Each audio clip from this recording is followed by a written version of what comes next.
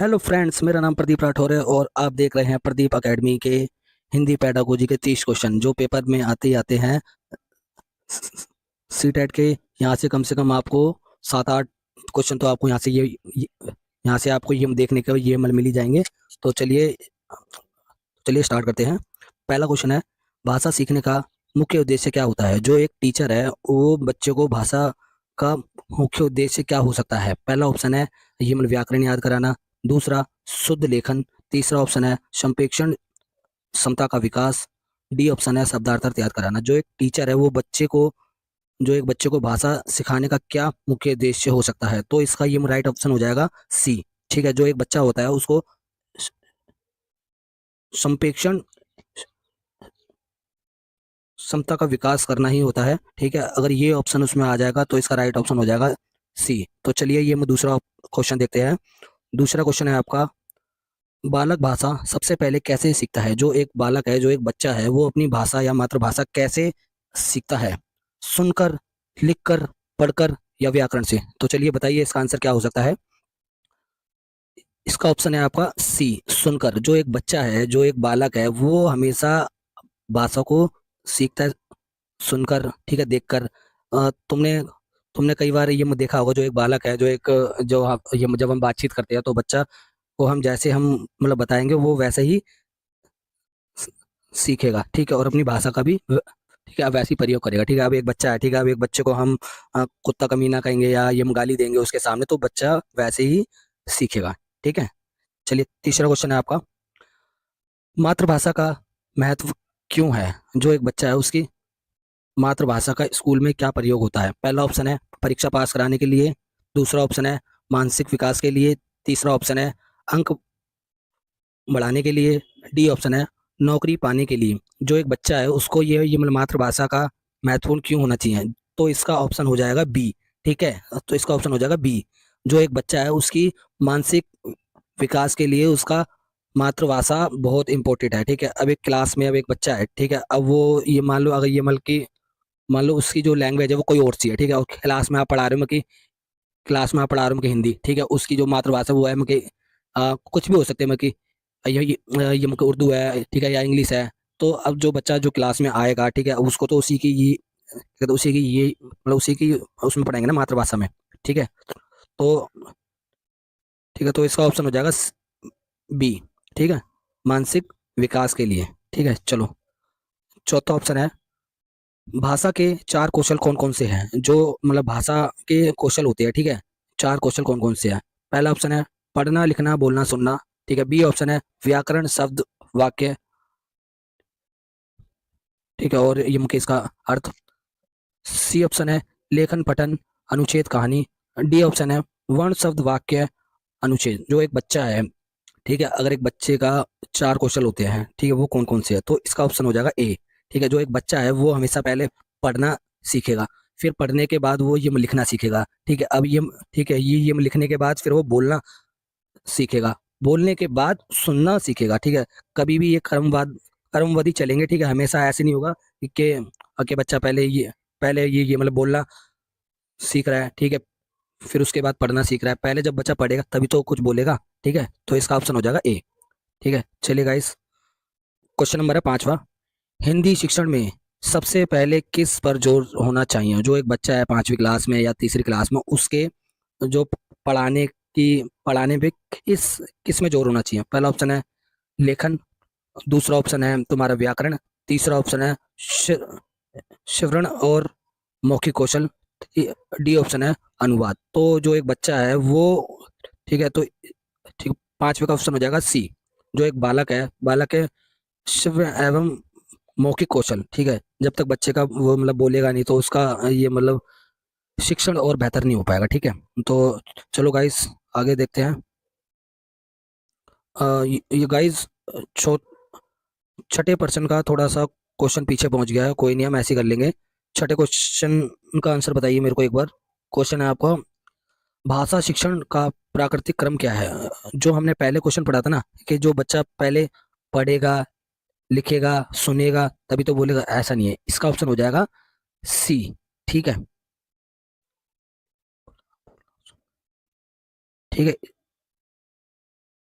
पहले बच्चा क्या करेगा, लिखेगा, ठीक है, फिर पढ़ेगा, फिर बोलेगा, फिर सुनेगा, ठीक है। चलिए गाइस, क्वेश्चन नंबर 7वां, पैडागोजी शब्द का संबंध क्या है? जो एक पैडागोजी है उसका संबंध किससे है? उसका है शिक्षण विधि से, ठीक है। तो मैं आपको ये डायरेक्ट क्वेश्चन के आंसर बताता जा रहा हूँ क्योंकि टाइम बहुत कम है, ठीक है। इसके बाद फिर ये इंग्लिश पैडागोजी की भी मतलब वीडियो बनानी है, तो बस खाली मैं इसके आंसर आंसर बता रहा हूँ, ठीक है। तो पेपर में कर लेना, पेपर में इधर ही से आएगा। आपका क्वेश्चन है आपका 8वां, बाल केंद्रित शिक्षण का अर्थ है, बाल केंद्रित शिक्षण का क्या अर्थ है?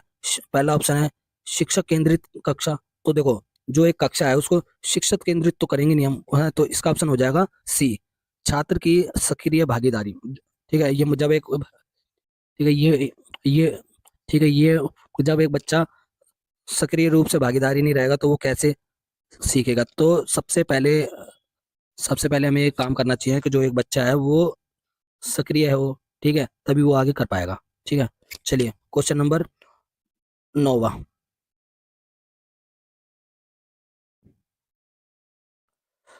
भाषा शिक्षण में त्रुटियां क्या दर्शाती हैं? जो एक मतलब बच्चे की जो गलतियां होती है वो क्या ये दर्शाती हैं? पहला ऑप्शन असफलता, ठीक है, ये दूसरा ऑप्शन सीखने की प्रक्रिया, तीसरा ऑप्शन लापरवाही, डी ऑप्शन कमजोर। तो ये हमेशा सीखने की प्रक्रिया है, ठीक है, ना कि आपकी कमजोरी है, ना कि आपकी ये, ठीक है। तो जब एक बच्चा सीखेगा तो गलतियां तो होंगी, ठीक है।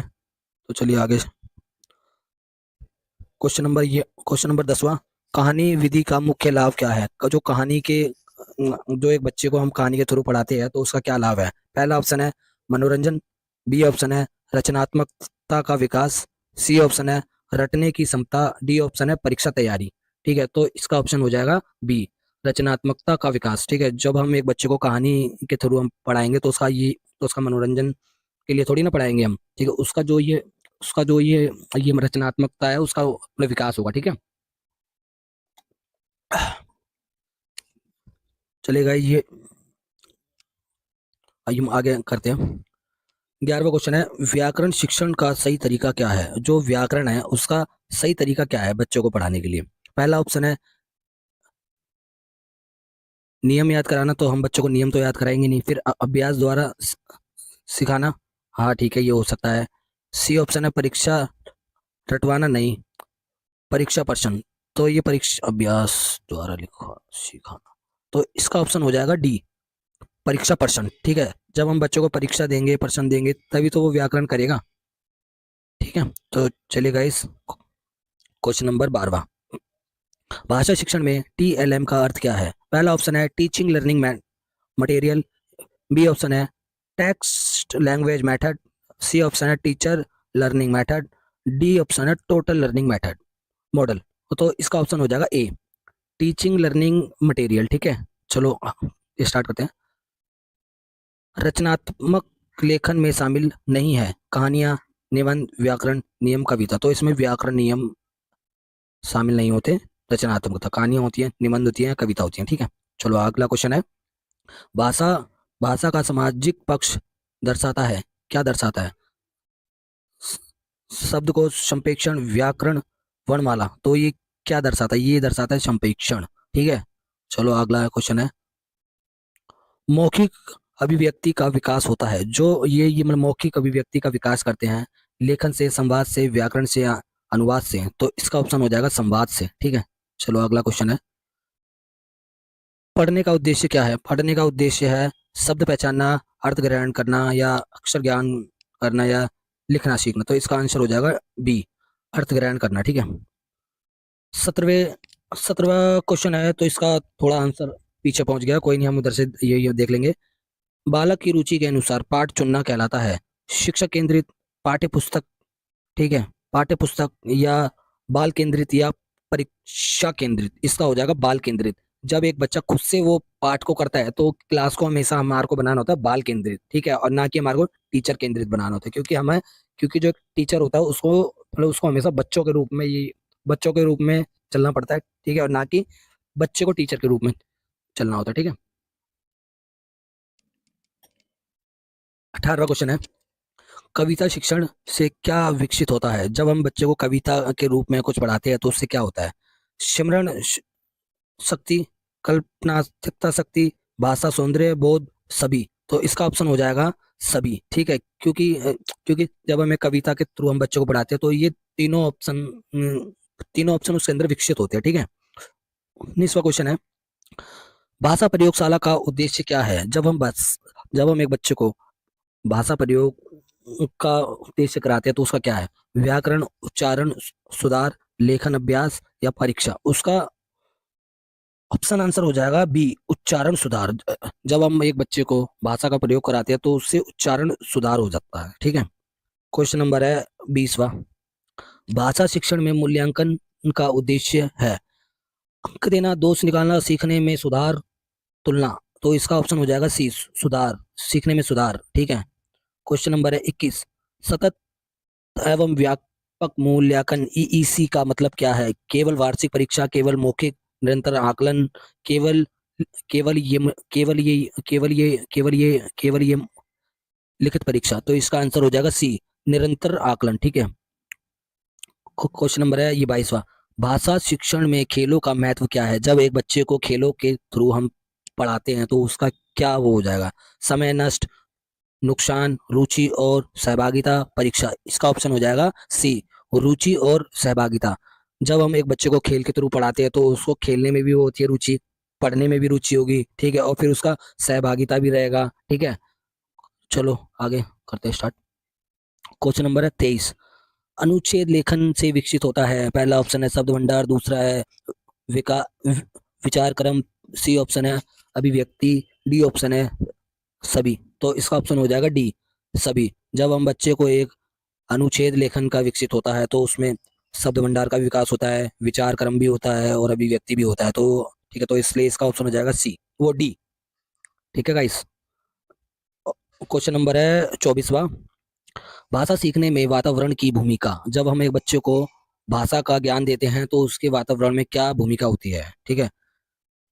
नगण्य या नकारात्मक या महत्वपूर्ण या अनावश्यक? तो इसका ऑप्शन हो जाएगा सी, महत्वपूर्ण, ठीक है।